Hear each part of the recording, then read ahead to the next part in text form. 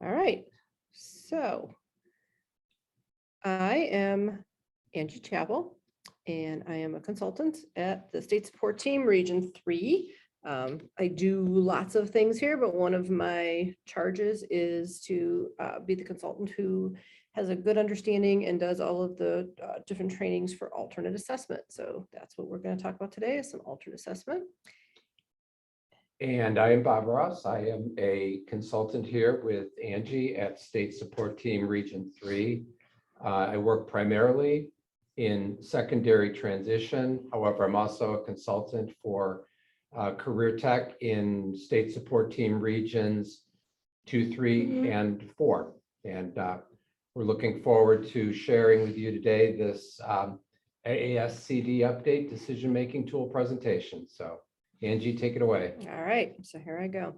So like I said, this is just an update. So this is not necessarily new information. This information came out, I think it was in October of 2020.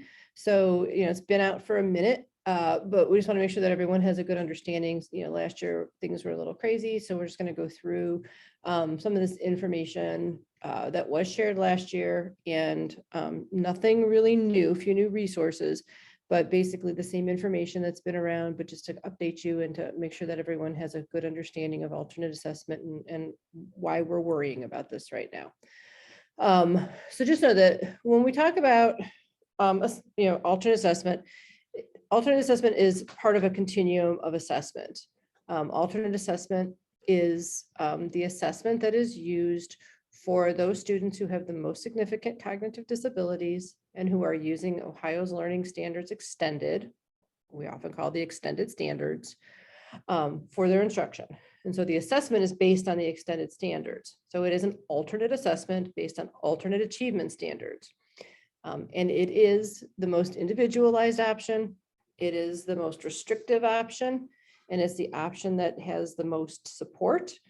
It is also the option that has the least number of kids taking it. Okay. Yep, as this graphic shows, a little teaser for the next couple of slides, you can see 99% should be students with disabilities taking the OSTs with accommodations, and there's 1% of students that really should be the ones that are taking the alternate assessment. Those are the extended standards students. Right. And when we talk about being a continuum, it doesn't just go from the OST, the state tests to alternate assessment. There's also the state test with accommodations. So there's the state test, which is most kids, state test with accommodations, some kids, alternate assessment, few kids. Had a thought and it went away. Don't you love when that happens? All the time. Oh, I know what it was. Yeah, that no test is not an option. Okay, all kids under law have to be assessed, and all kids have to be assessed using the same assessments. So alternate assessment is the OST. It's just an alternate OST. Okay, so it is on the continuum. So it does count. So it counts in all of your calculations and everything when you're looking at assessments. So, it is the assessment. It is a state assessment. So it's either state assessment without accommodations, state assessment with accommodations, or alternate assessment. That is your continuum. And then it's general standards with accommodations and modifications, combination of standards and some of the extended. Then you get into the extended standards and learning progressions. Right, and as we'll learn about in a couple slides down the road here, all kids do take the assessments. For those that do not pass the assessment, all kids need to receive remediation and need to retake the test. We'll talk more about that in a few minutes.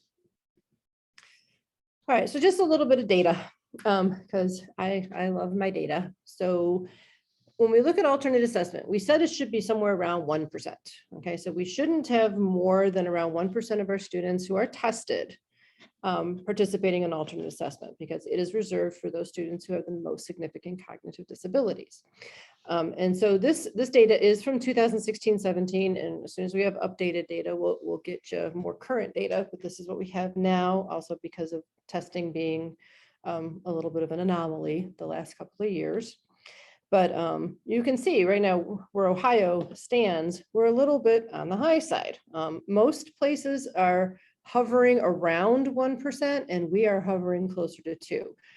Last I heard from the last grouping of assessments, we were at about 1.8.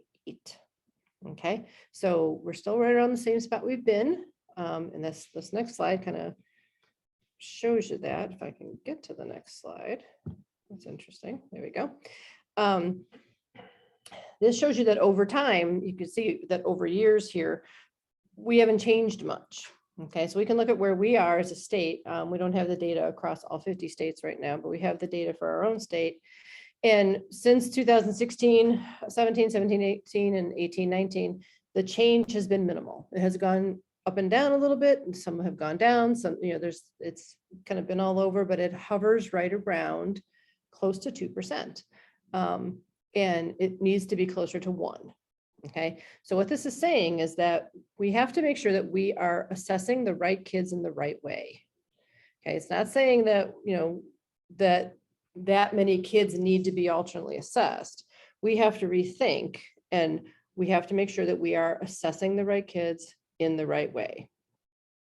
Okay.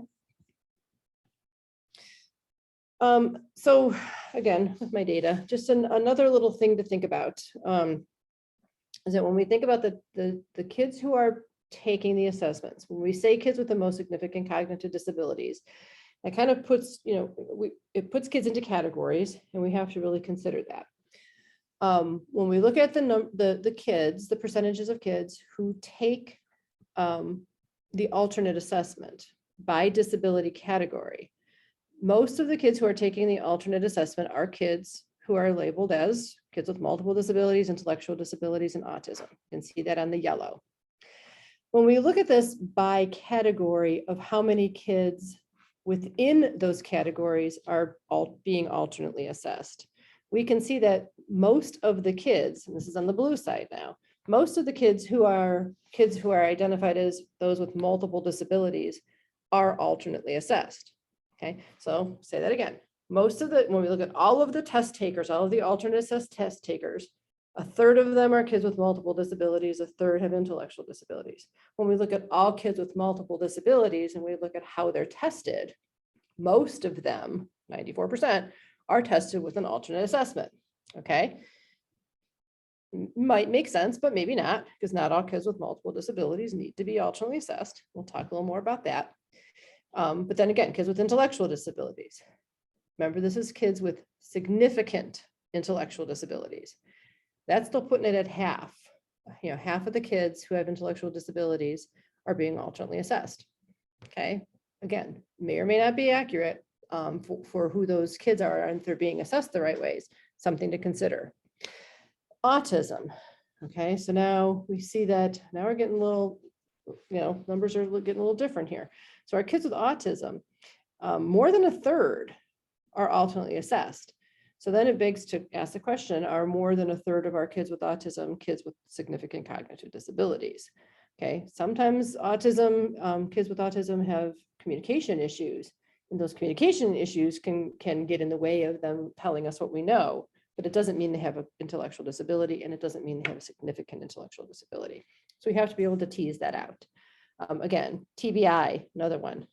Okay, OHI major. Okay, those are high.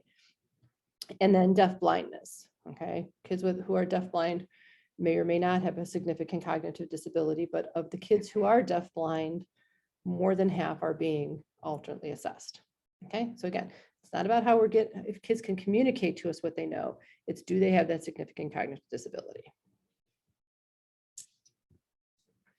Okay, so again, as I talked about with autism, okay, so we have that 1/3, but we really have to, wondering why that is, and is there 1/3 of the students with autism, do they really have a significant cognitive disability, or is there other factors? So, our wonderful data gurus at the state and everywhere else have done some digging to see what's really going on and to kind of look at some of the data and to make some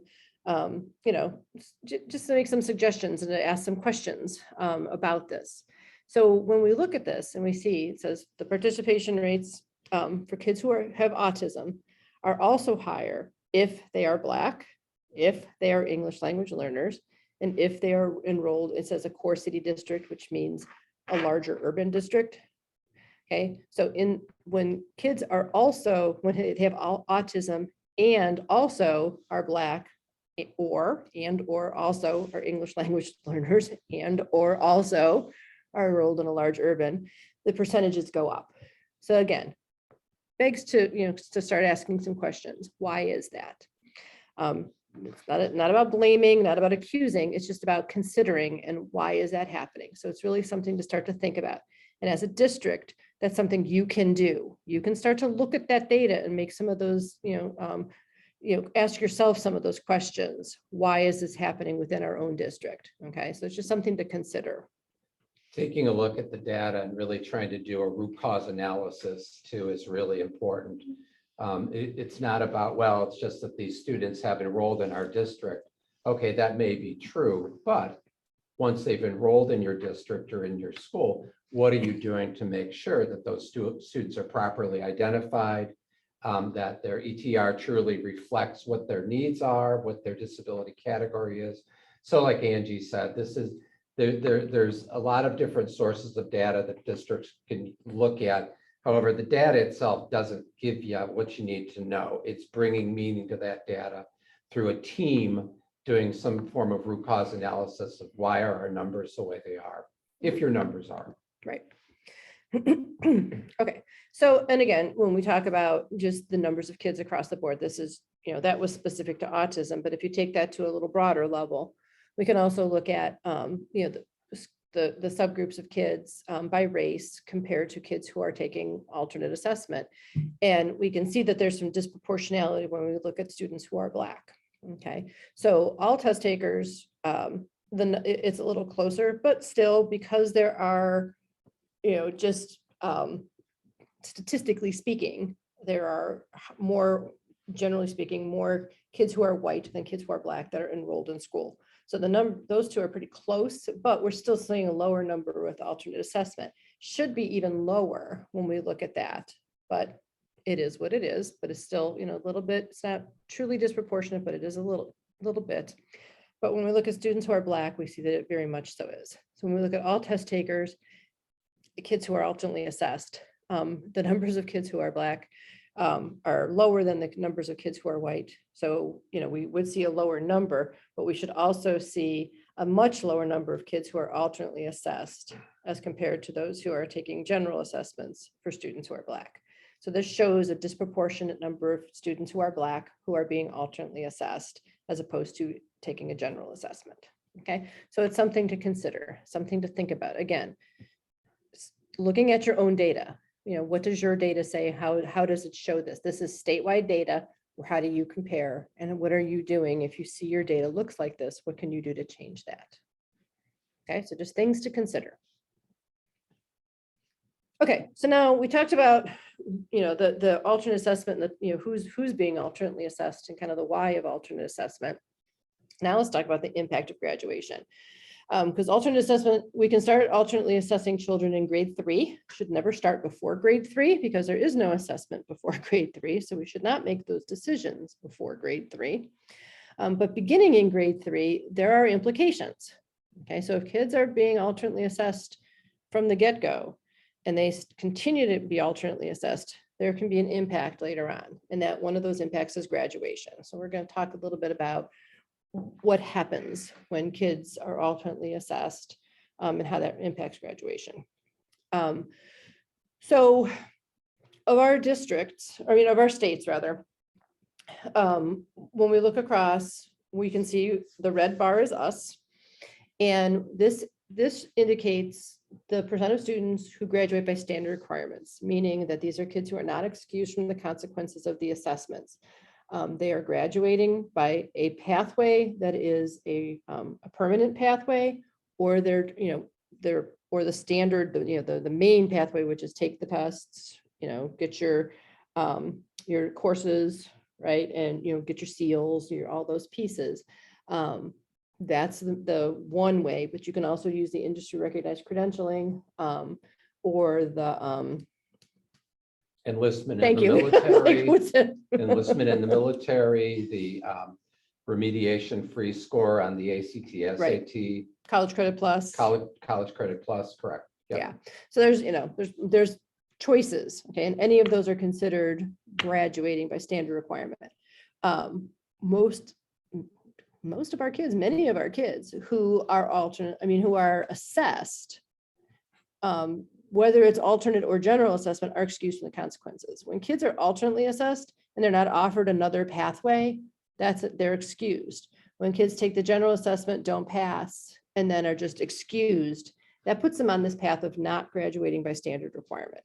And as you can see, we have, in our state, we're below 50, or we're, kind of around there. We've moved up and down like 30 to 50 and back down, but that's because we've changed some of our graduation requirements. We had many more options a couple of years ago.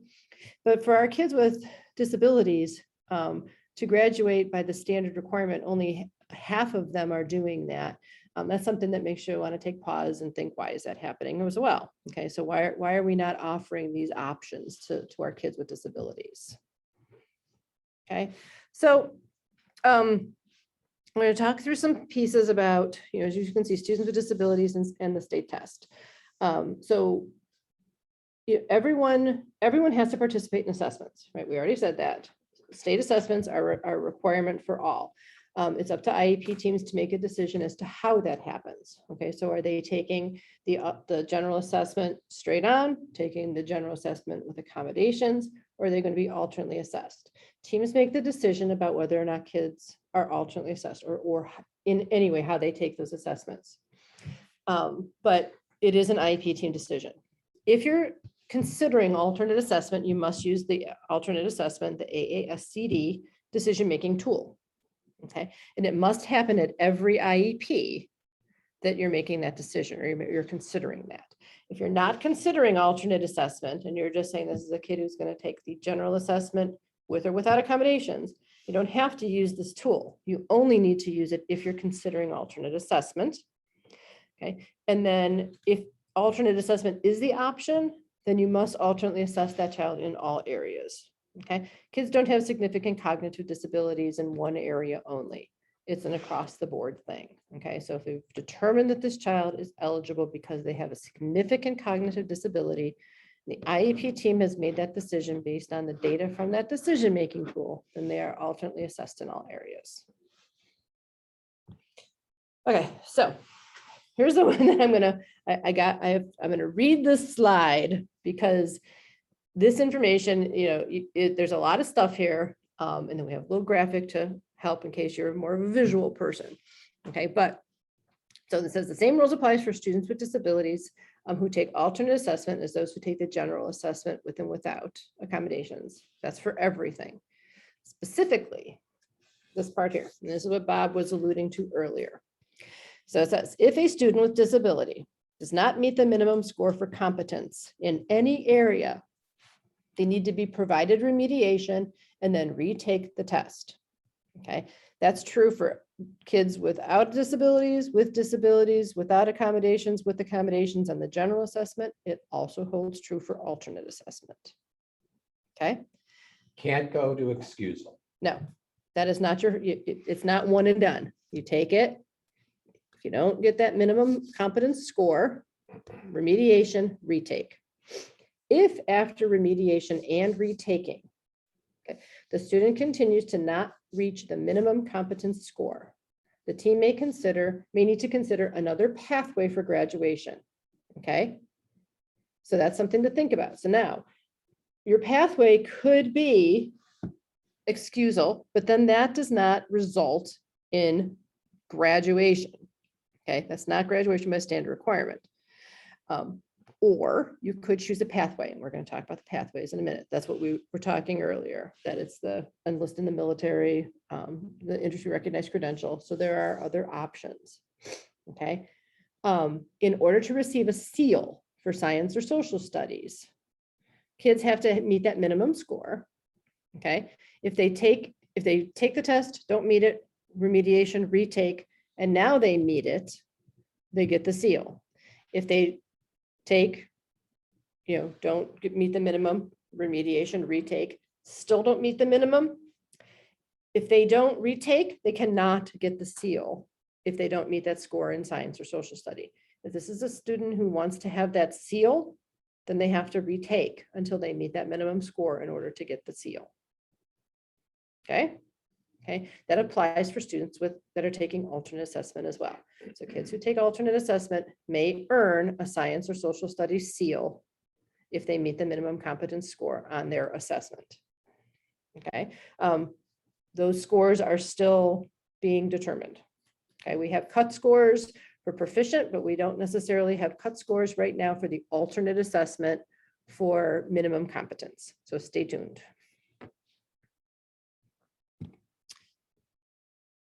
Okay, so again, here's more. So this competence measure, okay, and here's where it gets a little bit more, okay, if that wasn't already mushy, here, let's get a little bit more mushy. Okay, so we talk about the graduation pathways. So that competence measure. Okay, so this is really, this is the most important. Excusal from the consequences of the OST in any form, okay, does not result in graduation by standard requirement. And that student is not considered a high school graduate. By federal Right. definition. They still get to walk across the stage and the school, the local, will still give them a diploma, but they don't meet that federal graduation requirement. Okay, so locally, kids will still be able to get their papers and walk across, but federally, they don't, it's not counted. It doesn't mean, it does not count as a high school graduation. Where we were in that previous slide where Ohio was that red bar over onto the right. That was the federal graduation rate. Okay. IEP and teams are required to determine if students taking the alternate must meet proficiency scores or excused from the consequences. Okay, so again, if you have a child who meets the minimum proficiency score, or you want them to, meaning that you want this child or this child wants to earn their seal, that's an IEP teams have to talk about that. Is this a child who's going to graduate and have a seal? If they want their seals, they have to meet that minimum, and teams have to discuss that. You have to make that decision as an IEP team. Okay. This is an important one. Excusal should not be the first option, okay, ever. When they're, if they have difficulty attaining that required competency score for Algebra 1 or ELA 2. Those are the two that you have to have those minimum competency scores in for the graduation requirement to count as a graduate. Okay. And excusal cannot be an option unless remediation and retake has happened. Right. And then, as Angie said, excusal is not the first option to look at, as we'll see, and we'll hear about in a couple of minutes. There's other routes, as we've been talking about. Right. So when kids have difficulty passing or meeting that minimum competency score for Algebra 1 or ELA 2, then you want to consider alternate pathways as opposed to excusal. So they may not be able to meet the competency score, but there are alternate graduation pathways that still result in being a graduate, that federal graduation requirement. Okay. Now this is important. Alternate assessment is an alternate assessment based on alternate academic content standards and cannot be considered to replace Algebra 1 and ELA 2 for grad requirements. So if a child is taking an alternate assessment and they meet the minimum competence score, that means that they can get the seals for science and social studies. But that doesn't mean it replaces Algebra 1 or ELA 2. It's a different course and it's a different assessment. So if you want to have a child who's, alternately assessed meet their, that competent, to find an alternate for that competence piece of the graduation pathway, they cannot use that alternate assessment for that. But they could look at another pathway. Okay, so you can have a child who is alternately assessed, does not meet that score, it does not count in that competence piece because it isn't ELA 2 or Algebra 1, but they still want to have that federal diploma. They can choose another pathway. Kids may or may not be able to be successful in another pathway. That doesn't mean you make an assumption up front and say, well, because they were alternately assessed, they never are going to make it in another pathway. That's an IEP team decision, and y'all have to talk about that. Okay, there is the possibility. I understand that these are kids with the most significant cognitive disabilities, and so this is an alternate for them to have an option. But something to consider. Okay, so it should never be something, this is a presumed competence and least dangerous assumption moment. Don't assume that they're never going to do something. A team has to talk about it, have data to support it. Okay, and if kids take alternate assessment and then they're done and then they're just excused, if the team determines that, that's fine. But it shouldn't be an assumption that because a child is alternately assessed, that's the only option they ever have. Okay, so there's a difference. Okay, so just consider it. It's something to consider. All right, so I'm gonna let Bob talk about this one because I said we're visual people, and so everything we just said, here's a flow chart. Yeah, thanks, Angie. So those last two slides had a lot of words on them, and if you're like Angie and I, we like simplicity. Now, this is a kind of a very kind of bare bones, basic kind of overview of the process, but it's a tool that might help your team, understand on a higher level exactly what some pathways could be. So we basically, when we're talking about the graduation requirements, effective graduating class 2023, which is this year's juniors, we're really talking about three different levels or three different things we need to look at. The first is covering the basics. The second is demonstrating competency. And the third is demonstrating readiness. So covering the basics, what does that mean? Well, what that means is the Ohio Department of Education has issued graduation requirement courses, a certain number of English classes, a certain number of math, English language arts 1 and 2, algebra we know is in there. So there are 20 credits that a student has to earn to start out with, just to begin with. Now, that doesn't mean that a school district cannot add additional requirements, local decision to get a diploma. But if you look at the courses and the Ohio Department of Education's graduation requirements, there are certain specific courses that have to show up on a student's transcript. Okay, so that's the first step. Now, you can see we've got two pathways coming out of covering the basics. To the left, you have while you're taking those courses, you can take end of course exams in English Language Arts 2 and Algebra 1. Going the other direction to the right, and this is again for those students where their IEP team has concerns that they might not be able to be successful and pass the English Language Arts 2 and the Algebra 1 end of course assessments, the team might start looking at alternate assessment. And as you can see, that little light blue box there, that is where your alternate assessment decision-making tool is going to come into play. And Angie and I are going to talk about that in a minute, okay? So you got your courses. Now you have a choice. You go end of course exams, English Language Arts 2 or Algebra 1, or if the team determines alternate assessment for that hopefully 1% of the students on IEPs, that would be the direction you would go.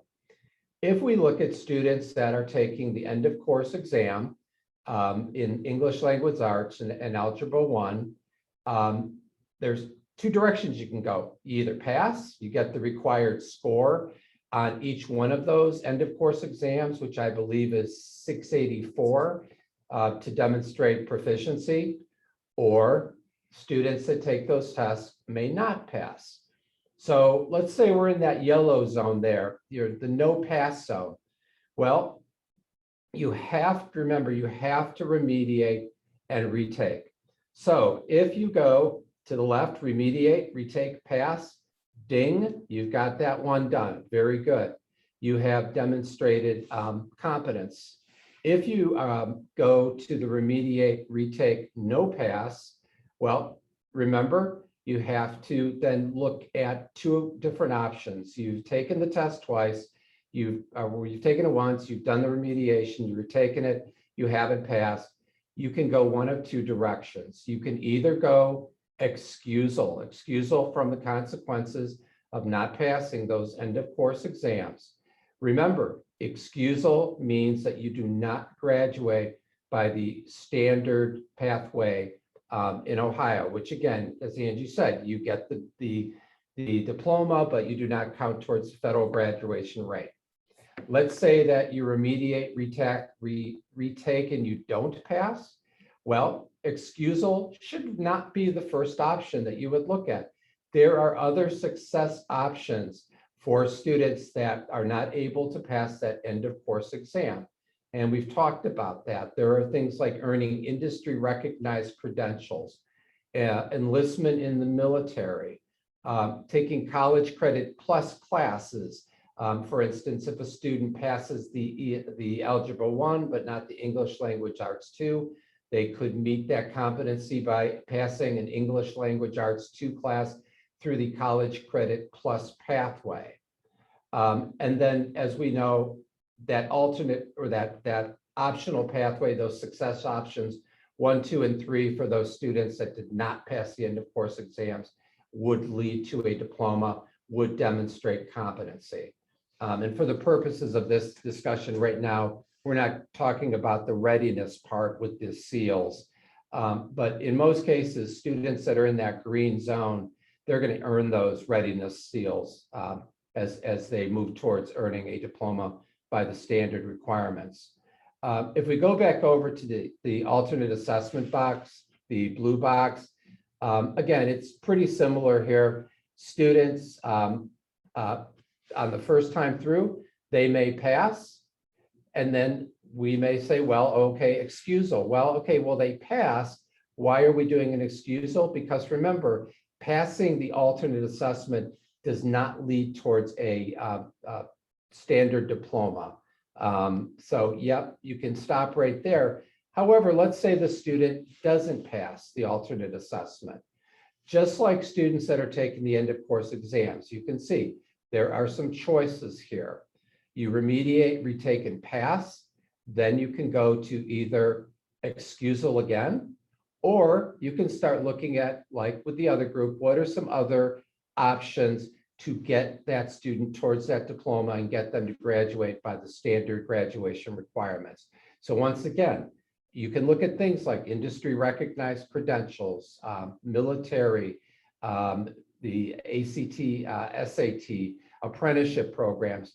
In full transparency, we believe that probably the best pathway and probably the most attainable pathway through one of those success options would be industry recognized credentials. And we would encourage you to reach out to us to find out more about those, because we've been investing a lot of time in looking at different ways that students, alternate assessment and otherwise students, can earn 12 points of industry recognized credentials, which then will lead towards that diploma. Again, if a student remediates and retake, no pass, you go to success option 1, 2, or 3, or excusal. Every one of those red boxes is what you want to try to avoid, because again, that does not lead to a diploma or graduation on a federal graduation level. Angie? Okay. All right. Good. Yep. Okay. So we've mentioned this decision-making tool a couple of times, and so now we're going to walk you through a little bit of the tool.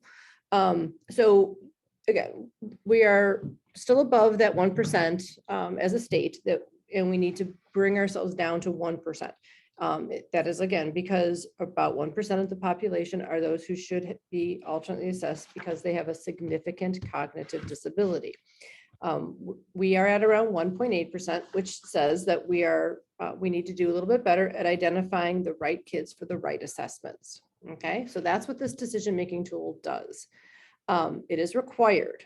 So if you are considering alternate assessment for any child, starting from grade 3, remember, you don't talk about this when the kids are in kindergarten, first or second, because there is no assessment. So as that kid is entering grade 3, that's the IEP time where you're going to start to talk about this, the option for alternate assessment, if it's something that the team needs to consider. If you're not considering it, you don't need to do the tool. If you're considering it, you must use the tool. It is required. It is not new. Okay, we say it's the tool itself is new. The language within it is new, but the criteria is not. It's just retooled, okay? It replaces what was the companion document. We now have this, it's called a decision-making tool.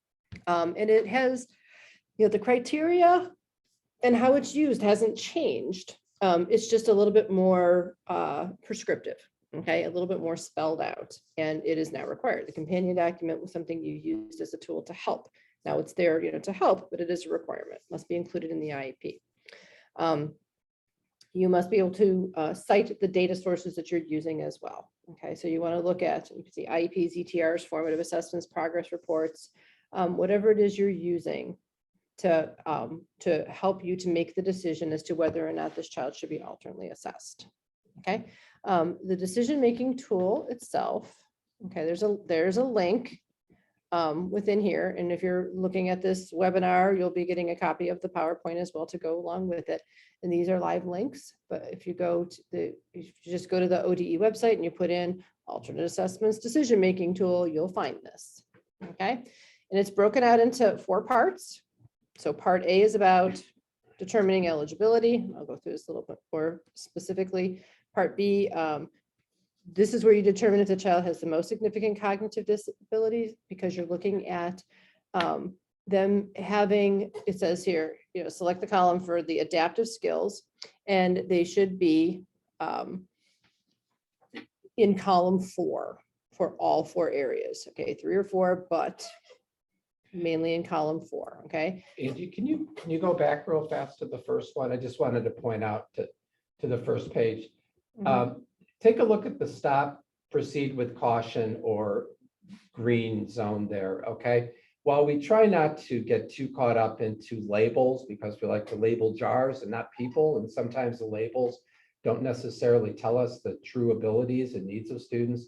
To move on, your student has to fall into the definition of, through IDEA, of being a student with autism, deaf blindness, intellectual disability, multiple disabilities, and traumatic brain injury.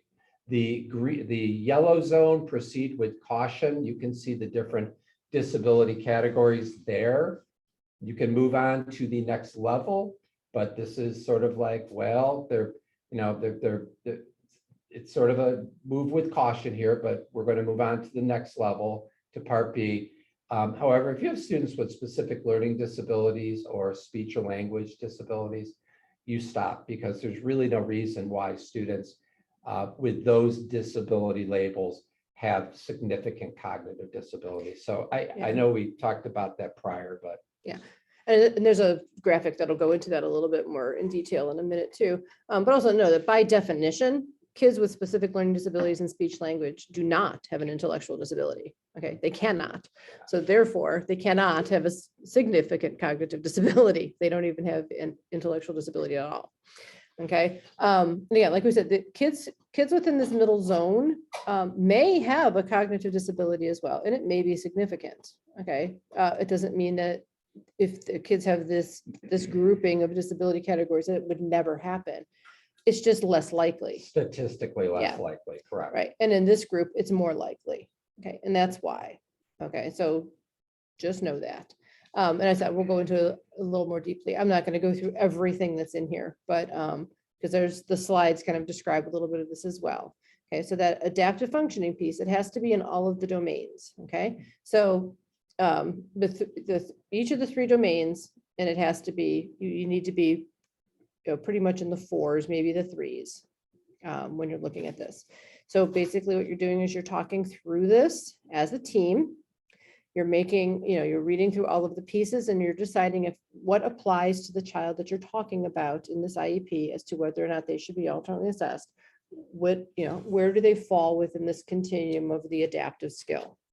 An important piece up here where it says, if the team is still struggling to decide between 2 columns, presume competent and to select the column to the left. Okay, so always go this way. So if you're deciding between 2 and 3, you go with 2. If you're deciding between 3 and 4, you go with 3. Okay, so always presume competence. Right, and so those 3 areas that you need to look at are the conceptual domain, social domain, practical domain. Okay. Then again, if you're not having a kid who's over here, with the fours, then again, as a team, you have to really consider, is this really a child who needs to be alternately assessed? Because if they're not showing those significant needs within those adaptive domains, then they're probably not a child with a significant cognitive disability. They may have a cognitive disability, but it may not be significant. Okay, that's the difference. Okay, so that's what this is really determining. Do they have a significant cognitive disability? Okay, if you're proceeding anyway, if you're going on, if you've gotten those fours over there, and then you're going to talk about their instruction. Okay, so remember that very first slide where we said this was a continuum of assessment and instruction. Here's that continuum of assessment of instruction. If you have kids who are, they're using the general standards for their instruction, they may have some gaps. They have an IEP that is helping to fill those gaps, but they are still being instructed using the general standards. Probably not a child who has that, that instructional need, as opposed to those children, those students who are using the extended standards, okay, for all of their instruction. When we have kids who are using extended standards for their instruction, that may be a child who we would be considering as someone who would be alternately assessed. Remember, alternate assessment is based on alternate achievement standards. Those alternate achievement standards are the extended standards. Okay, talking about modifications and accommodations, talking about truly significant modifications, true significant accommodations and modifications that without those pieces, these children could not be successful. Okay, so really considering that. And there's a link here to the accessibility manual that shows you that there are just some things that are available to most kids. When we're talking about accommodations and modifications, it would be within that manual that those are those pieces that are specific to very, very small numbers of kids. Okay, 1%. Yeah, keep that in mind. This is very, very few kids. And those modifications and accommodations really go beyond what's listed in that accessibility manual. Right. Okay, assistive technology. Again, so this is, just because a child uses assistive technology does not mean they have a significant cognitive disability. Okay, so again, sometimes too that because of the complexity of the needs, you don't know what type of assistive technology that child may need just yet. But it's something that you're continuing to explore and you're continuing to look at. So you are, and that would also kind of be a trigger to let you know that if a child has such complex needs that you're still trying to determine the type of assistive technology, then maybe again, this might be a child who would be considered for alternate assessment. Okay. Again, this is about the support. So again, if you were able to answer columns 3 and 4, keep going. If you were not able to answer in columns 3 and 4, again, you might want to stop and really consider, is this child really eligible? Okay. And then you get to the last piece where it's just kind of this, I call this the rule out, right? So you want to make sure that you are not making this decision based on things like that you don't think they're going to pass the other test. They haven't come to school. We're wondering about their English language proficiency. That we don't know, we haven't found that AT yet, so we don't know what they know. We give them those accommodations, but we're not quite sure what's happening yet. So we're going to err. Okay, those are the kind of things you have to really consider. Is their reading level low? Okay, just because a child has difficulty reading doesn't mean they should be alternately assessed. Okay, and then you'll see there's a place to sign. Okay, and you'll see there's a place for the parent to sign. Parent must be involved in this. This is a decision that everyone needs to be a part of. Okay, IEP team, everyone, district rep, special ed, general ed, parent. Okay. And the form has to be attached to the IEP once signed. Yeah. All right, so that's the basics. And so this PowerPoint goes through pretty much everything I just said, but we're going to kind of get to that, that 1%. When you think about this, if this is 100 kids, okay, and these are our kids with significant disability or intellectual disabilities. Okay, so we have our 100 kids, we have our kids with intellectual disabilities. We have kids that have pretty severe, Spectrum. okay, they have stuff going on. but that kid, that's the kid with the most significant cognitive disability. Okay, so you really have to think about this when you look at it in terms of the numbers of kids. Okay, so 1% out of 100 kids, it's that 1%. Right, so this is what I was talking about before, and this is what Bob was kind of alluding to earlier too, is that when we think about this, that we have to always remember that, we have these different categories, and different categories kind of trigger different ways of thinking, right? And we often think of kids that have multiple disabilities as, oh, they're alternately assessed. Not necessarily, okay? Most kids that have multiple disabilities do have an intellectual disability as well, but by definition, you can have those two disabling conditions that could lead to a label of multiple disability. So it doesn't necessarily mean you have that significant intellectual disability. Okay, so you have to be really careful with that. Same thing like TBI. Oftentimes, yes. Autism, many times, yes. Okay, so, just because of the category doesn't mean that that's where a child would be, kind of categorized as where they should fall within, this kind of range of intellectual ability or intellectual functioning. I don't want to say ability. So when kids have an intellectual disability, they may also have a multiple disability, but we know it has to be an intellectual disability. That is a piece of it, cognitive disability. Then within that, like I said, this little red sliver, that's the kids that have significant cognitive disabilities, right? We can have these kids with intellectual disabilities. Some of these may.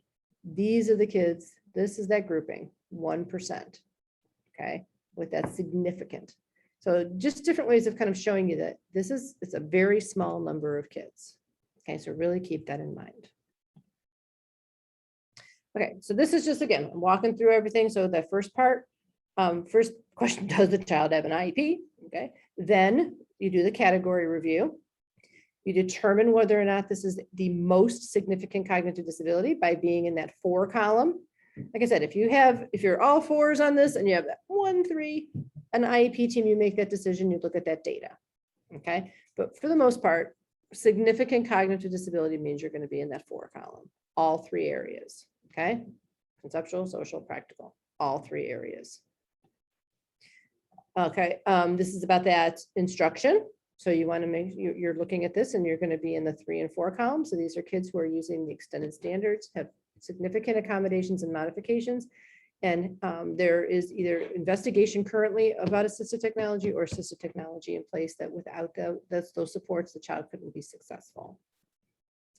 Okay, those additional considerations, you just want to make sure it's not based only on some of those pieces that we talked about.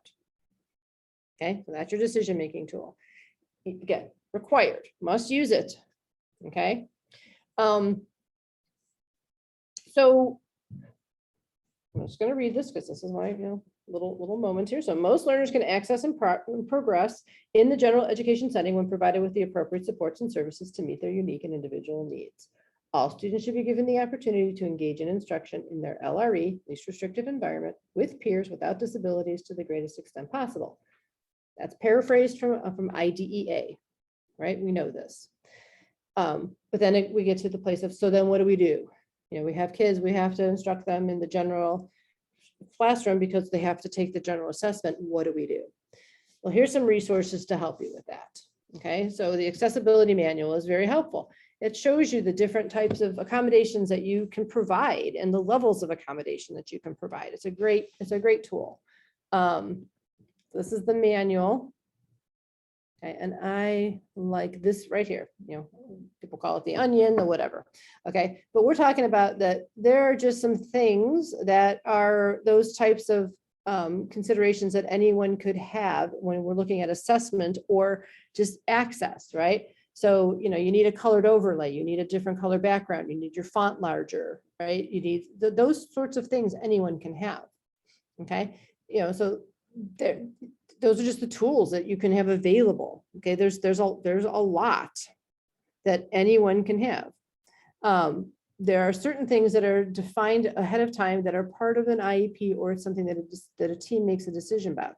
Again, this is for testing, but these are things that apply in the classroom as well. So these are accommodations that you can provide easily in a classroom that would not preclude that child from being able to take the assessment and continue to use those same accommodations.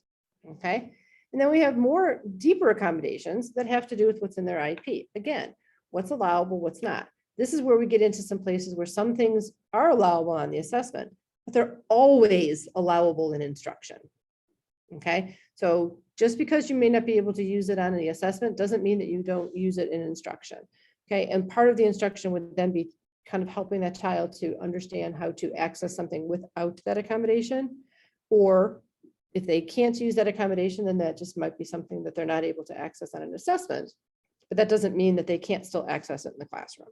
Okay, I know that's a hard one, you know, it's kind of a hard sell, but that's true. And then we get into those very, very specific needs, and that's when we start to look at those kids who may have more significant cognitive disabilities. Okay, those are some of the things that Bob had mentioned earlier. Okay. And I think your UDL resource here really gives a lot of great ideas as well for serving students in regular ed environments and teaching to the margins and finding ways for those students to be successful. This is a new tool right here, this O'Callaghan instructional planning modules. The O'Callaghan modules have existed for a while, but now they've been updated to kind of match the needs of where we are now. Okay, so big thing here that these can be used for. So you see it says ensuring access to the general curriculum for all learners. It's kind of always been there, but there's a focus now more on when we start to think about, we've had kids, like maybe we have a fifth grader who's been alternately assessed in been in a self-contained classroom, but we do this as, you know, the decision-making tool, and we're like, okay, this isn't a kid with a significant disability. We need to rethink. So now this is how we can help kids who may not have had that full access all along to now feel more confident in the general education setting, helps the teachers to feel more confident to provide the services in the general education setting to kids who may need a little extra support because they haven't had that access because of just the decisions that had been made in the past. Not to say that they were bad or wrong decisions. It was, you know, like, what is it, Maya Angelou, when you know better, do better, right? This is that place. Okay, we know better, let's do better. And so this is a great tool to help with that. With that said, I'm gonna put this out there that, remember, this is an IEP team decision. Now, I just use an example of a kid who's in 5th grade, maybe a kid who's in 6th grade. When we get to kids who are like in 12th grade, right? This is where the question always comes up. Well, this kid has been in a self-contained setting using this all along. They're in the 12th grade. They've taken the alternate assessment. Now we do this and we find that they're no longer eligible. Well, guess what? They never were, but because we had the way we made the decisions and the way that it was pushed out and that it was kind of optional, they probably never should have been alternately assessed, but we're at that place now. Now, what do we do? It's an IEP team decision. Just make sure you have evidence, you have data, you have something to support it. It doesn't mean that you should keep the kid around for however much longer, or just say, well, we can't do anything.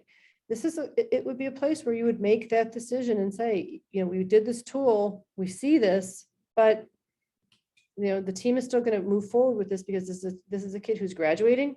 They have a job. They're ready to go. They have some good community experience. They can get out and they can, you know, navigate their community. They're going to be successful when they leave school. Okay, you continue forward with that. You allow that kid to leave school. Okay, if on the other hand you have a 9th grader or a 10th grader who is only maybe 16 or 17, maybe that's a kid who's going to stick around for a little while longer, and you can provide some other instruction, some other supports, some other options. And maybe this is a kid who could go that industry recognized credential route. You know, maybe they are no longer eligible for alternate assessment, but they can just be excused from or not pass the general assessment, but they have an option. So maybe those are the kids we're going to think about. Okay, so again, there's lots of things to consider, and this tool from O'Callaghan can help you with that too, to help you to see how can you provide those supports to some kids. And, you know, especially kids who maybe have not had that access. This will help with that, to be able to make sure that kids are getting what they need in whatever setting they are in. Okay, so just a nice new tool, and it's a retooling of an old process, but now it's current. This is kind of hot off the presses. Yeah, just a plug for Ocali as well. There's a lot of fantastic resources Mhm. there. You may be asked to create an account to access some of those materials. Just know that it's free. Right. And Yes, there's- there's a lot there. So Yes, okay. And then, of course, you have your SST3 consultants here at the State Support Team Region 3. That would be Bob and I. And at other, every other SST. So if you just click on this, anyone else who would be looking at this that is not within the Cuyahoga County region, this takes, whoops, that was weird. This takes you to a map that I just made. itty East bitty. Coast of the United States. Yeah. It's like kind of a weird little map. Shows you where across the state, which region is your state support team, based on where you geographically are located. But again, Region 3 is up here in Cuyahoga County. So if you're in Cuyahoga County, you contact Bob and I. If you're in another region, you click on your region and it'll take you to your SST site and it will let you know who your consultants are in your area. Okay, and just a few more things. So there's the ODE website. So ODE has an alternate assessment website. On this website, there are different resources. There's the decision-making tool FAQ. There's the decision-making tool itself. There's also the Parent FAQs Yeah. are on there. that's up here. Right. Family resources. The portal, I can never find it whenever I'm looking for it. I always go right past it. There it is. So the testing portal is here. So within the portal, you can find other resources. There are release test information. The manuals are there. There are modules there for how to do the alternate assessment, how to give it, how to administer. So there's modules there for that as well. There's a link here to the extended standards. Okay, so there's your links. And there's the portal. This graphic I'll take you to in a second. And then again, there's our consultants. So this graphic is from NCEO. Don't ever ask me what that stands for. I can never remember. But NCEO it's kind of like the national all things assessment place. Andrew Hinkle, who used to be with the Ohio Department of Education, was all things alternate assessment, is now with NCEO. And one of the things, like he had shared this with the SSTs not too long ago, that it's a great tool to help when we start talking about kind of that impact. Remember, we talked about graduation and kind of those long-term impacts of alternate assessment. And when kids are not given the opportunity to graduate by standard requirements, the same as their peers without disabilities or those without significant cognitive disabilities, their options become limited as they leave school. Okay, so it does impact graduation. It could impact further education and training, because if kids are excused, that shows that they did not get that federal diploma. They did not meet those requirements. In many training programs, colleges will have them take remedial classes at a cost and no credit. And that's one of those kind of high up there reasons why kids drop out of college, because they're asked to take those courses with no credit and it costs. So by the time they get through all the classes, they've already spent more money than they wanted to, and they just stop. It could preclude kids from military enlistment.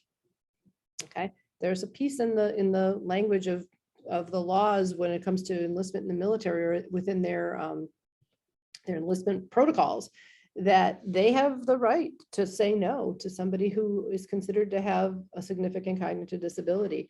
And if kids are being alternately assessed, we're saying they have a significant cognitive disability, whether they do or not. We're saying that by saying they should be alternately assessed. That could preclude them from the military. And it also impacts employment, that oftentimes kids who are seen as those with a significant cognitive disability are offered subminimum wage. And so they are not offered competitive integrated employment. And they are often in situations where they are being paid far below minimum, which is not a living wage. So it's something else to consider. Okay. That's about all I have. Want to add anything, Bob? Just like you got the Bob and Angie show here, so. Well, if you have questions, I think we've given you some good resources, including us, Angie and I being a resource for you. So we wish you luck with your educating of all students, and hopefully this information will help you move forward when it comes to deciding whether alternate assessment or not, but also that bigger picture of how can we get kids across that finish line to a regular diploma by standard requirements, because the consequences, as Angie just showed in the previous slide, of not graduating by those standard requirements have an impact on someone's life, their entire life. Right. And it could impact the whole idea of leading the good life. Right. Yeah. And I always like to remind folks that when we're in school, we only see kids for a very small portion of their lives. Okay. They leave us when they're 18 to 22. They're going to be around till they're maybe 80, right? So there's a lot more time that they have when they leave us. We want them to be ready to live a good life until they're done living, right? Not just until they leave school, okay, or until right after they leave school. We want to prepare these kids to be adults, to be senior citizens, right? We want them to be good citizens forever. And that's, we have to be ready to prepare them for that. Okay, so don't take these decisions lightly. Really look at this, pay attention to this, think about the consequences, make sure you're involving families, use those family resources to help with that. Okay, all right. And yeah, so there's our info. If you need us, we're here for you. Thank you. Thank you.